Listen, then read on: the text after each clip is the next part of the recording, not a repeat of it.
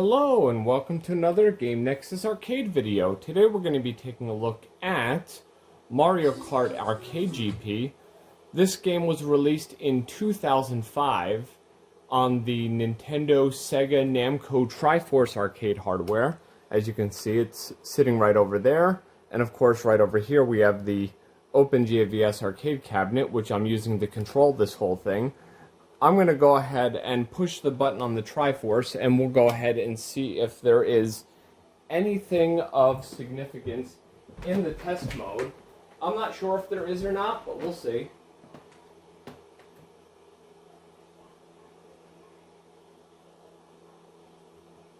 Let me just see here. Okay, here we are.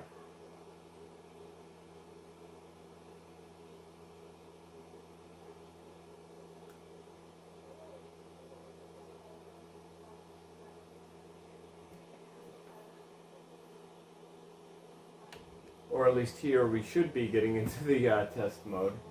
This system is not being so nice. Give it a sec here. I'm just going to reinitialize it and then get back into the test mode and see what it'll give me. Here we are, initializing media board, getting in the Triforce. I'm thinking there's not going to be anything too exciting in the test mode for this game, but you never know. Okay, here we are. Now we're going to go into game test mode.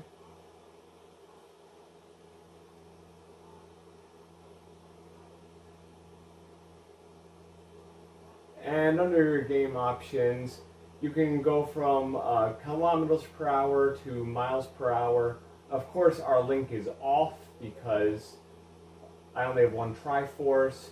You got your I/O test, your monitor test, your sound setting. Let's see what's in others.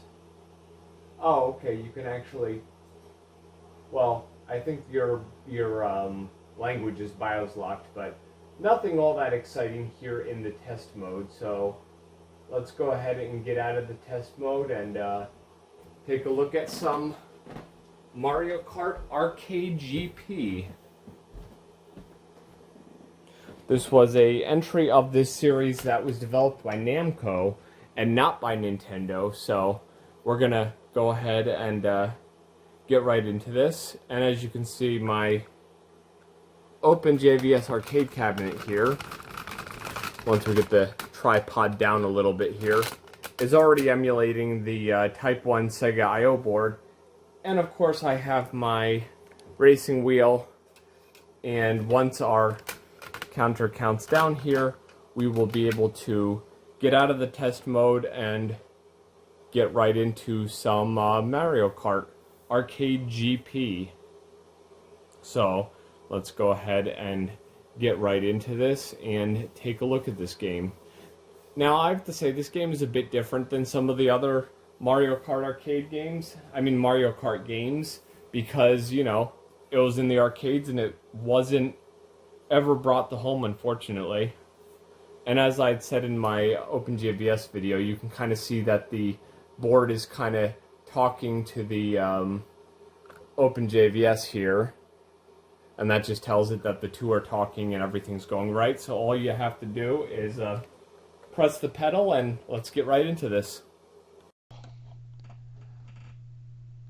Okay, and when you hit that accelerator pedal, it'll give you your character select here. Luigi. And the characters are selected by moving the steering wheel, so it's kind of sensitive, so don't try like oversteer or it's gonna go like 5 characters over. And then of course you have your Grand Prix and Time Attack modes here. And there are 6 different courses, but in this one we're just gonna check out the Mario Cup. I will be actually checking some other of the races and some other videos that I do. And the cool part about this game is you have like 3 different items you can use in each of the races. And there are generally 6 racers per race. Now Mario Kart Arcade GP is kind of an interesting case when it comes to this series, that it was a released by Nintendo that never actually came out on a console. Namco actually developed this game, and Nintendo and Namco published it on the Triforce hardware. And for anyone who's unfamiliar with the Triforce hardware, it's basically just a GameCube that uses a media board that's either very similar to the Naomi's DIM board, or in the case of Mario Kart, it actually uses a NAND cartridge, or as it's typically called in the arcade field, the Namco Nand IO board, or the Namco Nand Type. And the game really just plays very similar to most of the Mario Kart games. The basic controls you're going to be having here are your accelerate and brake, and then of course the item button that makes your character use an item in a race. So you'll see, like, I have like this like pan that I throw at people, and various other items. And on my OpenJVS, the way that they set that up on the controls is that the item button is the paddle shifters, so it actually makes it a lot easier to use because I'm holding the steering wheel anyway when I'm playing the game. And then I just click the paddle shifter and that will use the item. So in this one, I think it's the broken wheel, the boo, and the and that pan that you saw me use.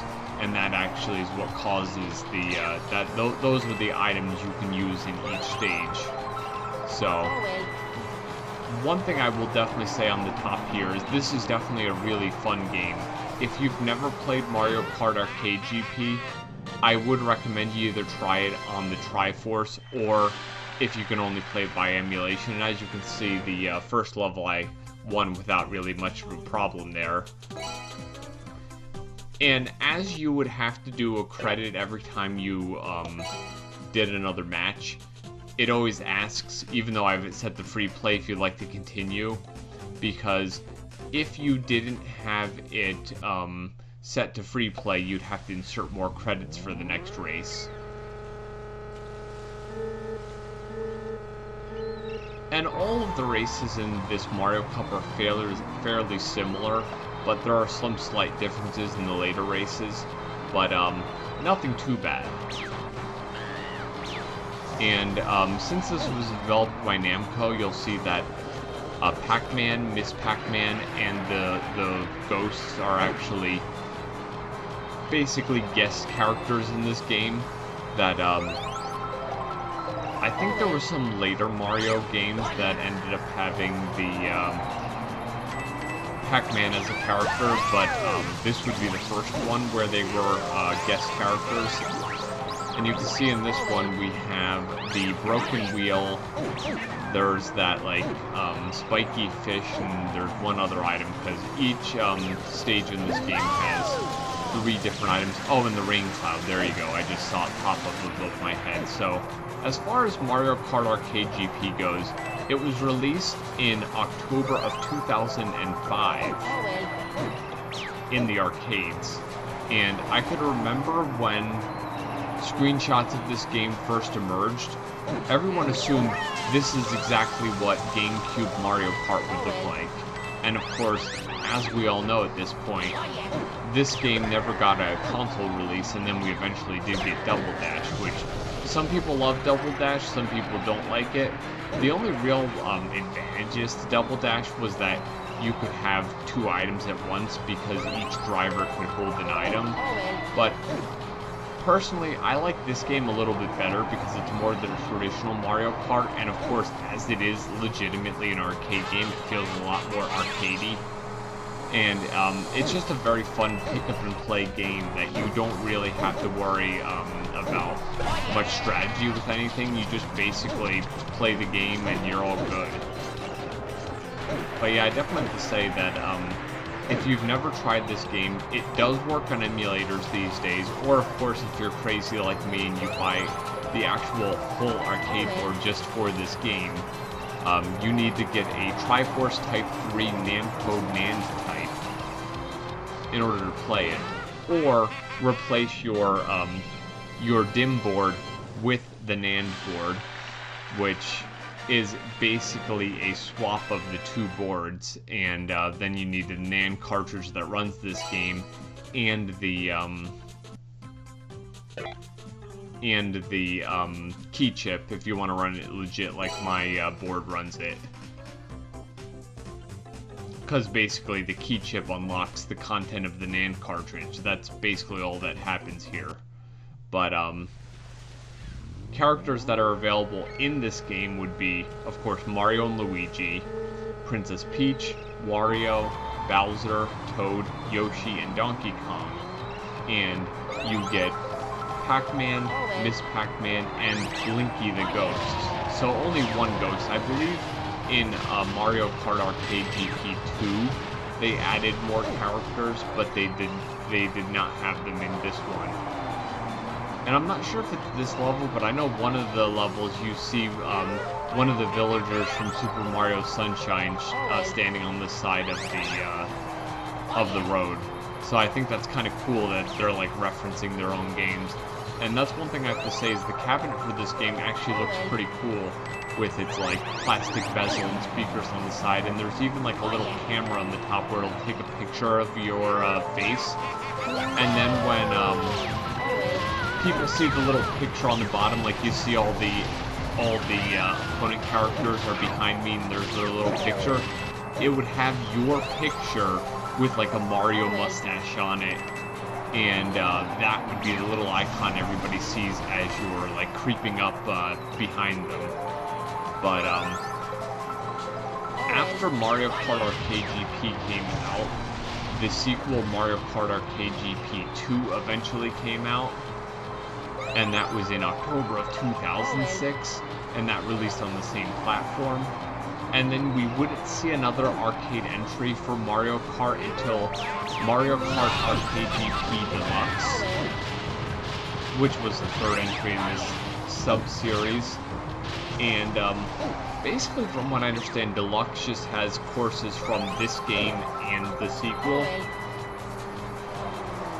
And I think I had read there were some original courses in it, and of course, that runs on the Namco board that the Tekken 7 runs on, the ES3 board. So that's the PC-based board, and that runs in like HD, like Tekken 7 runs in. But I always thought these games were like the coolest curiosity that I always thought to myself, that'd be so cool if that ever came home. And of course, it's now 2025, and to my knowledge, even on like a virtual console release or anything, Nintendo has never like released the Mario Kart Arcade GP games. But it's probably one of those things where they figure keep the arcade games as arcade games and keep the console games as console games, so that's probably why they would never release any of the arcade GP games for home. But yeah. And this stage I think is really cool because it's like all dark, and it kind of shows off how good the GameCube graphics are. Because as I said, if you saw my video where I tried to replace the cartridge for this game and put in that other cartridge I had, and it just like made no difference. There's legitimately a GameCube board inside of a Triforce Type 3. So that that is what you have inside the hardware. Nothing too special, and it just uses a bunch of daughter boards to access the arcade stuff. And, you know, your JBS and everything.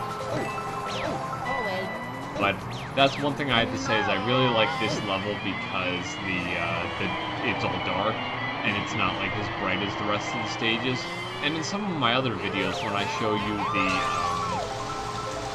the like Donkey Kong stages, there's some stages where it's raining and everything, so that's really cool effects. And that's another thing, as I said, will really show off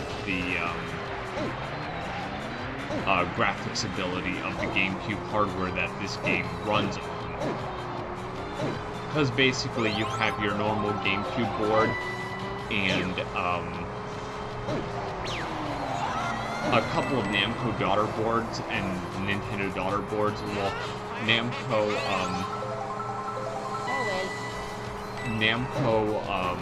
Nand daughter board for the game, and then you have your, how do you say it, Nintendo or Sega Type 3 RAM board for, like, say, F-Zero GX, I mean F-Zero AX, because that would be just a bunch of RAM sticks. But yeah, it goes without saying that just like any Mario Kart game, this is an excellent game, and this, other than the original game on the GameCube, I mean the original game on the Super Nintendo, this is one of my favorite Mario Kart games to play. So I would highly recommend it. If you've never played Mario Kart Arcade GP, definitely give it a try.